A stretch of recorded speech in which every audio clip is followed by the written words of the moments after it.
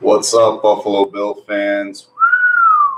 Big news out of One Bills Drive. Sabres. It's kind of weird, but he was the Sabres president, and president of PSE. No more. The much. Wow. And what do you say about this guy? Polarizing figure in Buffalo Bills history, recent Buffalo Bills history. Russ Brandon is no more. He is gone. And news that would put a smile on Bills fans' face if you were for the Josh Allen pick, firmly against it, entrenched against it, we're not going to move off of it, or you've warmed to the idea. This news will definitely put a smile on your face because it has mine. This guy has been a catalyst for all the misery, all the horrible moves, all the meddling, all the people that he's empowered at One Bills Drive or even run off at One Bills Drive. He has had a hand in everything. While, not to disrespect Ralph, the man has passed. While Ralph was probably asleep, being an 80, 90-year-old man in a room in Detroit, this guy was at One Bills Drive, mucking it up, drinking away with Whaley, with whomever. We can just go on from the whole don't let Rex out of the building, putting his name as the GM for 2 years, empowering Whaley, all the horrible trades, head coaches quitting, you name it. This guy has had a hand in it. And you look at the Sabres now, the way that they have gone, they've just become a tire fire. I heard the arena was in disrepair. I've never been up there. Just things, the game days experience are horrible. It's half empty in that place. I watched the Sabres games online. It's empty. The Pagulas have done a lot to help upgrade a new era field and with whatever it's the Wi-Fi, the concessions, the clubs, everything. This guy was there for 20 years. The product was shit, and he's gone. Happy day. I know you guys are excited because this guy was a tire fire that we were just waiting to finally flame out. I know we all became very trepidatious when the Pagulas seemed to use him as their main sounding board, if you will, especially, with the Bills, more so for their contacts in the league, I guess, more so just to feel their way. They officially bought the team, I believe, in October of 14. Here we are in May of 18, so about 3.5 years or so, maybe you want to say about that, for whatever. He is finally gone. Reports from the Buffalo News. First the AP, John Warrow had it, didn't really elaborate on it. Tim Graham put it out that there was allegations of workplace misconduct, inappropriate behavior, indecent relations with female employees, was confronted, denied. I mean, there you go.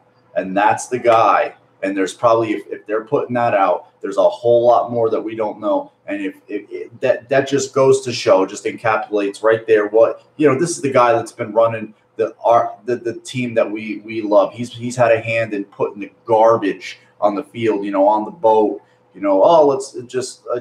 I'm happy day, happy fucking day. Oh God, happy day, Bills fans. Happy fucking day. It's just a great day. I don't know I'm going to be on here too long, but I had to come on because this is something that, granted, he's been removed from football operations since last year. All of a sudden, that came down, obviously, when McDermott, the demolition man, came in. What good is he? What good is he? The NFL's about the game day experience sells itself. Most of us, stadium, no stadium, new stadium, we'd stand in shit to watch them win. We would literally stand in a cesspool to watch the Bills win. We would stand in, you guys that are Sabres fans would stand in shit to watch the Sabres win. What do you need this guy for? Sports sells itself. It's all driven by the product on the ice or on the field. The product's good. It sells itself. Thank God my God, what good news that this rat was finally sniffed out and put to pasture, because he was an irritant from whether it's, how out of touch, the tickets, inventory, just his corporate suit speak, just from his look, just everything about the guy rubbed me the wrong way. And the fact that I felt like he was sort of a chicken hawk on a failing old man, if you will, with Ralph Wilson. And a Carney Barker had a lot of big talk, had a lot of promises. I mean, he really, really fell out of favor with the whole Toronto series, whoring out games to Toronto.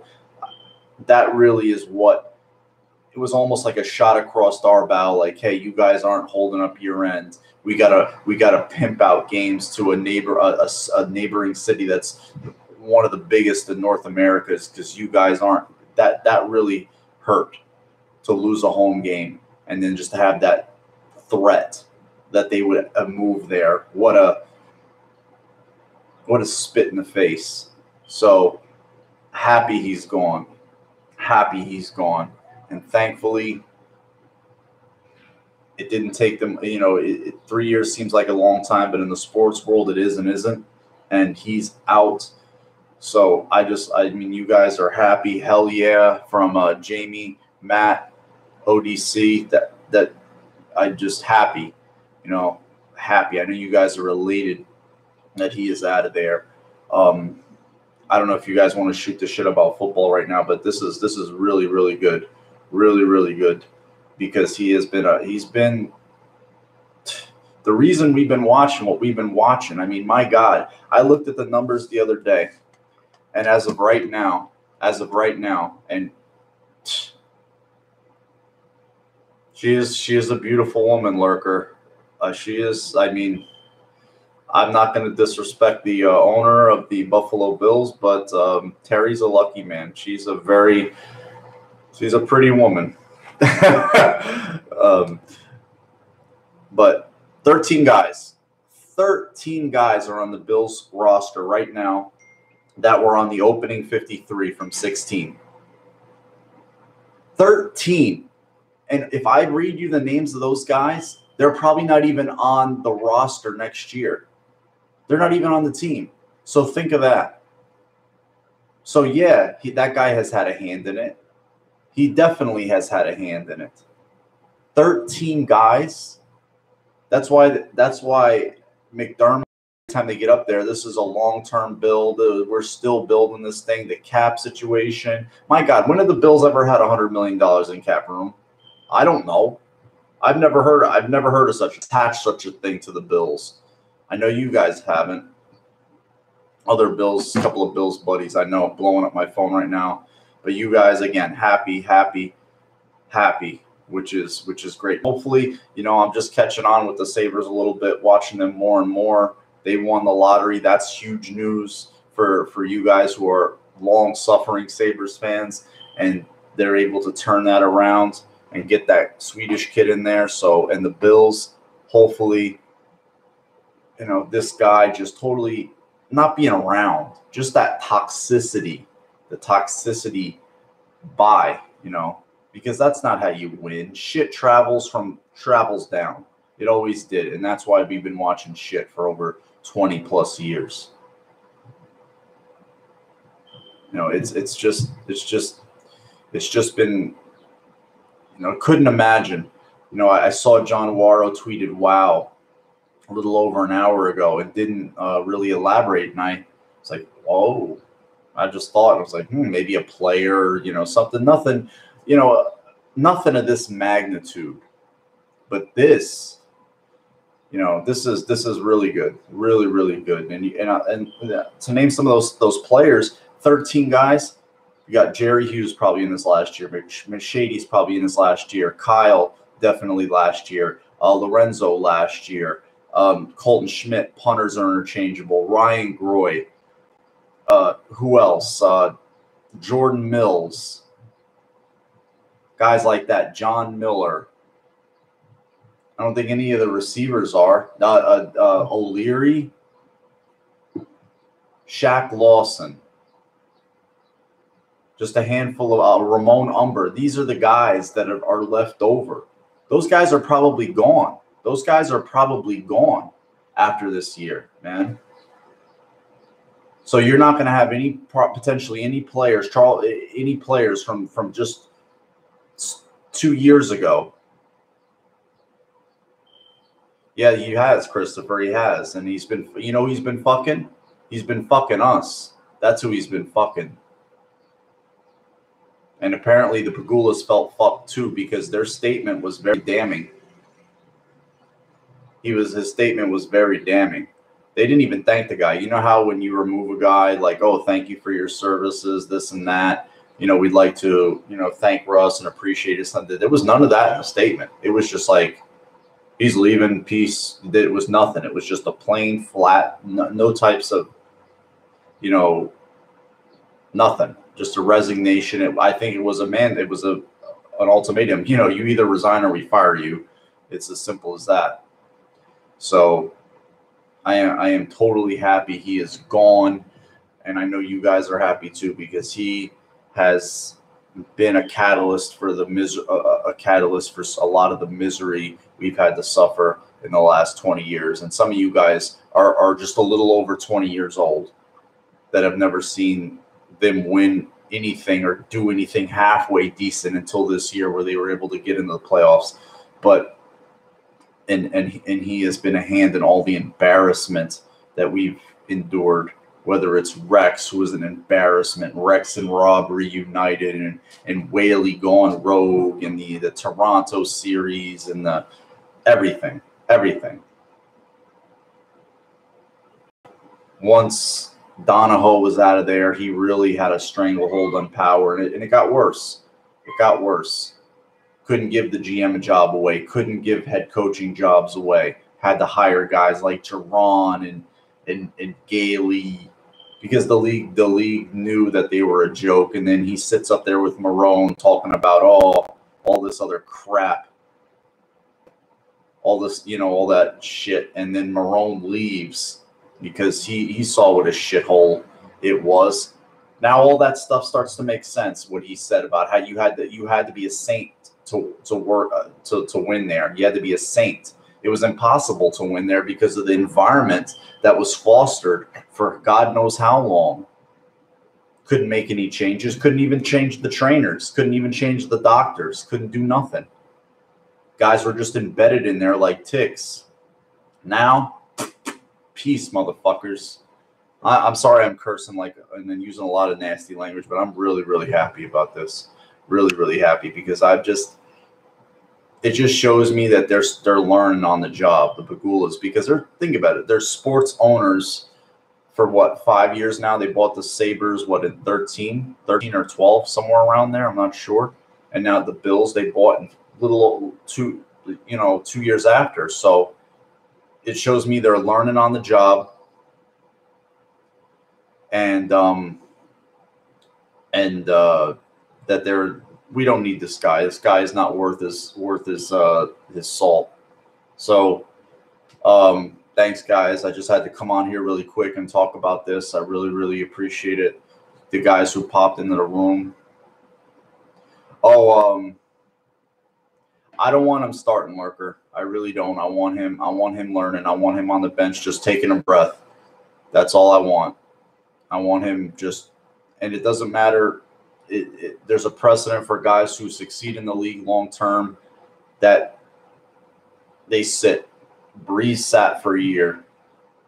Brady sat for a year. Rodgers for 3. And I'm not saying that makes or breaks a guy, but it helps. Just because the kid's going to have to relocate across country, I don't think he'll have a problem learning the playbook or anything like that. Just settling in from a human standpoint rather than just a robotic standpoint, because we think of these guys, football players, they should just come boom, boom, boom. No, just an adjustment, come in, sit, absorb everything. And when the time, I want them to start him on their terms, not when it's the noise making the decision. I want them making the decision when it's right. And I think that, prudence is paramount with that big of a decision, because you don't, again, I've said this many times and I'll continue. You don't want to throw him out on the field and embarrass him. just like Peterman, because that was an embarrassment.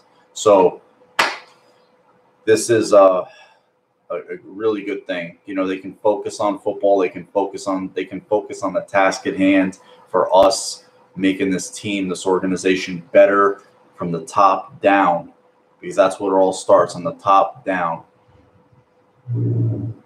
It's all driven by that, and that's why it's been driven like just a runaway train with no direction, just devoid of any direction or any leadership, nothing, because that was the guy putting his face out in front of everything. And I am elated that I mean, I sound like a brother. I join you guys in saying how elated I am that this guy is gone. You know, I'm just really, really happy. And I want to thank all you guys who popped in here really quick. You know, if you were busy or you weren't, I mean, I really, really appreciate you taking the time out.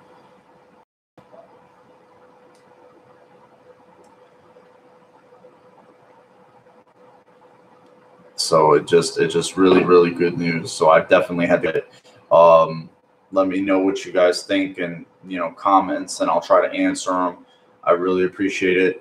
Corey just popped in. He's happy, you know, because it's again, a young guy like Corey, never done anything halfway decent till this past year, when they removed him from Football Decisions. They told him to get the fuck out of there. He didn't even have an office at One Bills Drive anymore. He had the offices in downtown in the Pagula Sports and Entertainment building.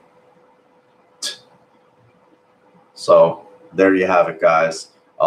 Again, this was a quick one, 60 minutes. I just wanted to get on and say what's up and talk about this really, really fast. I'm probably going to try to do a video later on when I have more time, because I got to step out for a few. But I really, really appreciate it, man. Thanks, Jamie. I really, really appreciate it.